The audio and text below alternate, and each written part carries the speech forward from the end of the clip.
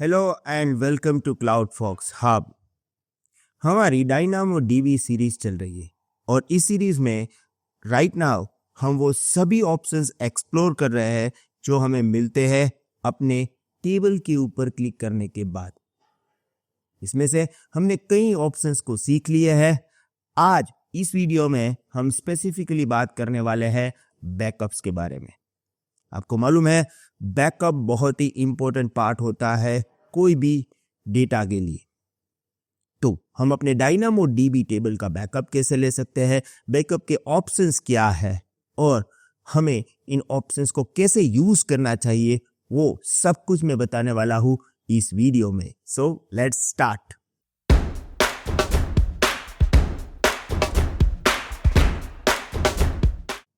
As always, we are going to start with mind map and here I have introduction. DynamoDB backups help to protect your data. अपने DynamoDB table में आपने जो भी data store किया है उसको protect करने के लिए बैकअप बहुत ज़रूरी होता है। They ensure you can recover data in case of errors, corruption और disaster. अगर आपका DynamoDB टेबल करप्ट हो गया, कुछ एरर आपको मिल गई या इवन कुछ डिजास्टर हो गया, आपको टेंशन लेने की जरूरत नहीं है क्योंकि आपके पास बैकअप है। आप उस बैकअप को कभी भी रिस्टोर कर सकते हो। Backup save your data, tables data, indexes and settings. They do not affect table performance और अवेलेबिलिटी। देखिए ये है ना प्लस पॉइंट है यहाँ पे, क्योंकि ज़्यादातर जब आप कोई डेटाबेस का बैकअप लेते हो ना तो बैकअप लेते टाइम आपके डेटाबेस का परफॉर्मेंस थोड़ा सा लो होता है।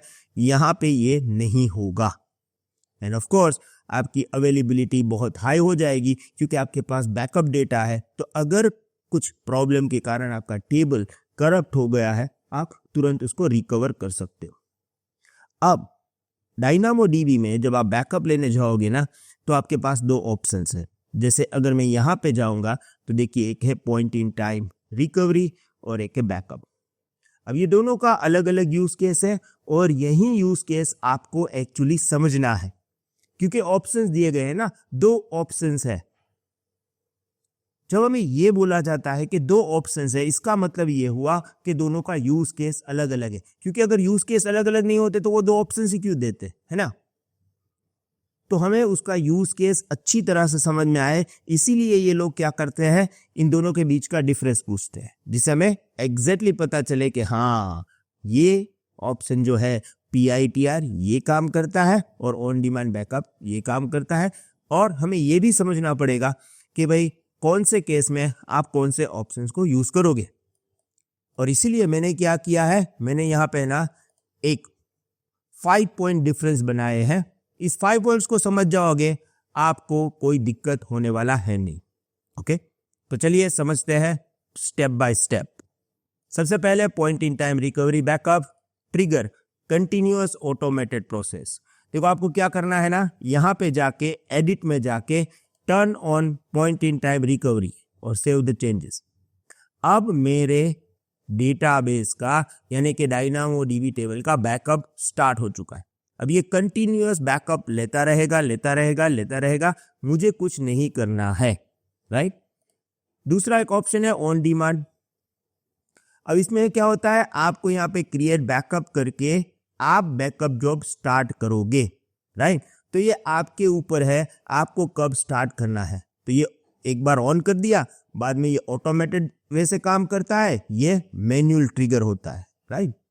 Backup duration continuous tracking for up to 35 days. वो मैं आपको समझाऊंगा क्यों 35 डेज है, पर ये कंटिन्यूअसली बैकअप लेता रहेगा। Instant snapshot at the point in time. यहाँ पे क्या होगा, अभी मैंने यहाँ पे किया क्रिएट बैकअप तो एक स्नैपशॉट लग जाएगा। जितना भी डेटा अब तक जब तक मैंने बैकअप लिया है तब तक स्टोर होगा ना मेरे डायनामोडीबी टेबल में, उसका बैकअप मुझे मिल जाएगा।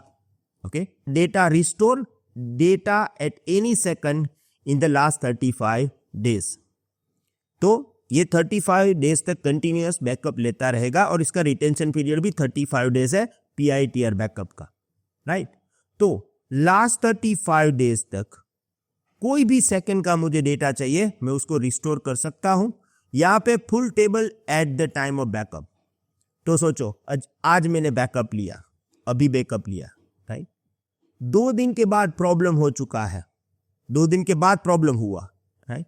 तो ये 2 दिन का डेटा जाएगा, मुझे जो लास्ट बैकअप लिया था उसको रिस्टोर करना पड़ेगा, तब तक का पूरा डेटा मुझे मिलेगा अगर मैंने ऑन डिमांड बैकअप लिया हुआ है तो। इसमें ये प्रॉब्लम नहीं होगा क्योंकि ये कंटिन्यूअस बैकअप ऑटोमेटिकली लेता ही रहता है, राइट।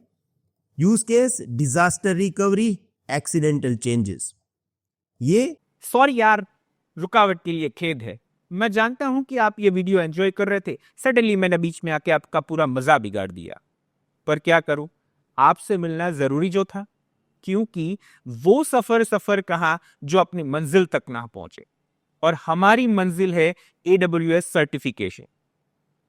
वहां तक पहुंचने के लिए आपको इन सारे वीडियोस का फुल एक्सेस चाहिए, और उसके लिए हमारे पास यहाँ पे 3 रास्ते हैं, यानी हमारे पास 3 पाथ है।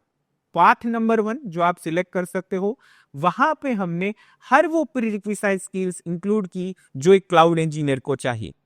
साथ में हमारा 24/7 support, section wise practice test, full course practice test with tips and tricks by Bhavesh Atara, जो आपको एग्जाम क्लियर करने में हेल्प करेगी, एज वेल एज आपकी सर्टिफिकेशन की जर्नी को और ज्यादा स्मूथ करेगी। एडिशनली वीकली लाइव सेशन है with our expert Bhavesh Atara for lifetime and 6 AWS projects. आप ये हमारा पाथ 1 सिलेक्ट कर सकते हो। अगर आपको लगता है कि आपके पास वो सारी प्रीरिक्विजिट स्किल्स है, साथ में आप इतने पैसे इन्वेस्ट नहीं करना चाहते, you no need to worry, क्योंकि हम नहीं चाहते कि पैसों के लिए आपकी जर्नी स्टक हो। इसलिए पाथ 2 भी अवेलेबल है, जहां पे आपको ये सारे वीडियोस के फुल एक्सेस मिल जाएंगे, AWS हिंदी इंग्लिश दोनों लैंग्वेज में। तो आप पाथ 2 भी सिलेक्ट कर सकते हो। तीसरा ऑप्शन है पाथ 3। आप हमारी YouTube चैनल पे जाके ज्वाइन बटन पे क्लिक करके 89 रुपीज पर मंथ स्पेंड करके ये सारे वीडियोस का फुल एक्सेस ले सकते हो। चॉइस आपकी, आप कौन सा रास्ता सिलेक्ट करना चाहते हो। अगर आपको इसमें कहीं पे भी दिक्कत आ रही है, कुछ भी सपोर्ट की जरूरत हो, तो इस नंबर पे कांटेक्ट कर सकते हो। इस AWS सर्टिफिकेशन के सफर में हम आपके साथी बनने के लिए तैयार है, पर क्या आप अपने मंजिल तक पहुंचने के लिए रेडी हो? Best of luck.